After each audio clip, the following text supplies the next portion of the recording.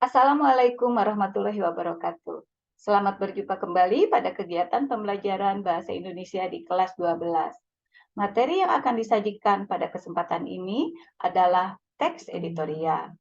Pada pertemuan sebelumnya, kalian sudah mengetahui apa yang dimaksud dengan teks editorial dan dapat mengidentifikasi isi teks editorial. Saat ini, kalian akan mempelajari fakta dan opini dalam teks editorial serta ragam informasi dalam teks editorial. Seperti kalian ketahui, teks editorial adalah tulisan yang dimuat di media massa cetak, surat kabar, majalah, atau buletin yang ditulis oleh redaktur, berisi pandangan redaktur terhadap peristiwa, kejadian, atau permasalahan yang sedang hangat dibicarakan. Berikut ada beberapa pengertian teks editorial.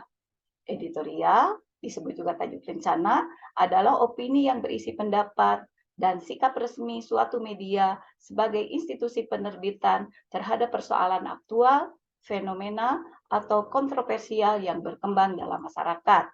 Menurut Wikipedia, editorial adalah artikel pokok dalam surat kabar yang merupakan pandangan redaksi terhadap peristiwa yang menjadi pembicaraan pada saat surat kabar itu diterbitkan. Berdasarkan pengertian teks editorial tadi, maka dapat kita simpulkan bahwa dalam teks editorial terdapat kalimat atau pernyataan berupa fakta dan kalimat pernyataan berupa opini. Berikut perbedaan antara fakta dan opini. Fakta adalah perihal keadaan atau peristiwa yang merupakan kenyataan dan sesuatu yang benar-benar terjadi. Artinya, fakta sulit terbantahkan karena dapat dilihat, dapat didengar, dan dapat diketahui oleh banyak pihak.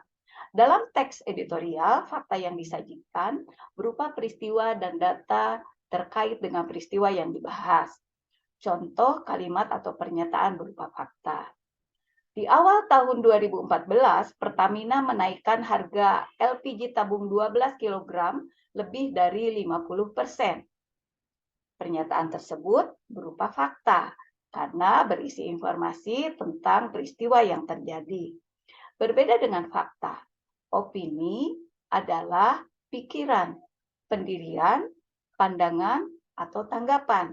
Artinya, jika fakta sulit terbantahkan, maka sebaliknya, opini justru masih bisa diperdebatkan. Pendapat atau opini redaksi dalam teks editorial dapat berupa penilaian, kritik, prediksi, harapan, dan saran penyelesaian masalah. Contoh pernyataan atau kalimat berupa opini.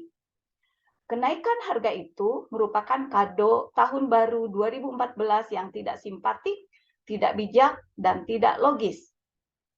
Pernyataan tersebut berupa opini karena berdasarkan hasil pendirian atau pemikiran penulis. Belum tentu semua pihak memiliki pendirian atau pemikiran yang sama. Berikutnya, kalian akan mempelajari ragam informasi dalam teks editorial. Yang pertama, isu aktual. Banyak peristiwa, kejadian yang dijadikan atau dipublikasikan oleh berbagai media. Tentu tidak semua peristiwa layak ditulis dalam teks editorial. Penulis akan mendata peristiwa-peristiwa tersebut, menganalisis, dan mengelompokkan berdasarkan aktualitasnya, kefenomenalannya, dan kekontroversialannya, sehingga dapat menemukan isu aktual yang pantas atau layak ditulis dalam teks editorial. Ragam informasi yang kedua adalah pendapat dan argumen. Beberapa unsur yang harus diperhatikan saat menyampaikan argumen sebagai berikut. Argumen tentu harus berhubungan dengan masalah yang dibicarakan.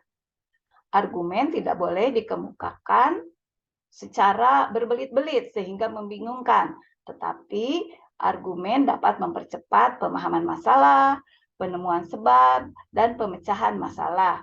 Usahakan tidak mengulang pendapat yang pernah disampaikan oleh pihak lain. Dan agar mudah dipahami, pendapat harus dikemukakan dengan kata dan kalimat yang tepat, dengan sikap terbuka dan sopan. Ragam informasi yang ketiga atau yang terakhir adalah saran terhadap isu faktual. Unsur-unsur yang harus diperhatikan saat menyampaikan saran dalam teks editorial sebagai berikut. Penulis tidak boleh memberikan saran atau solusi dalam keadaan emosi atau berprasangka negatif terhadap pihak tertentu, karena dapat menyebabkan penulis membuat pernyataan yang mungkin akan menjelekkan atau menyudutkan, bahkan menyalahkan pihak tertentu. Hindari juga saran yang menyinggung urusan pribadi. Mengungkapkan saran harus secara objektif, logis, dan jujur. Sebaiknya saran dilengkapi dengan data, fakta, ilustrasi, contoh, atau perbandingan. Dan agar mudah dipahami, saran harus disusun secara urut, rinci, dan tidak berbelit-belit. Demikian pembahasan berkaitan dengan fakta, opini, dan ragam informasi dalam teks editorial. Terima kasih atas perhatian semuanya. Sampai jumpa pada pertemuan berikutnya. Wassalamualaikum warahmatullahi wabarakatuh.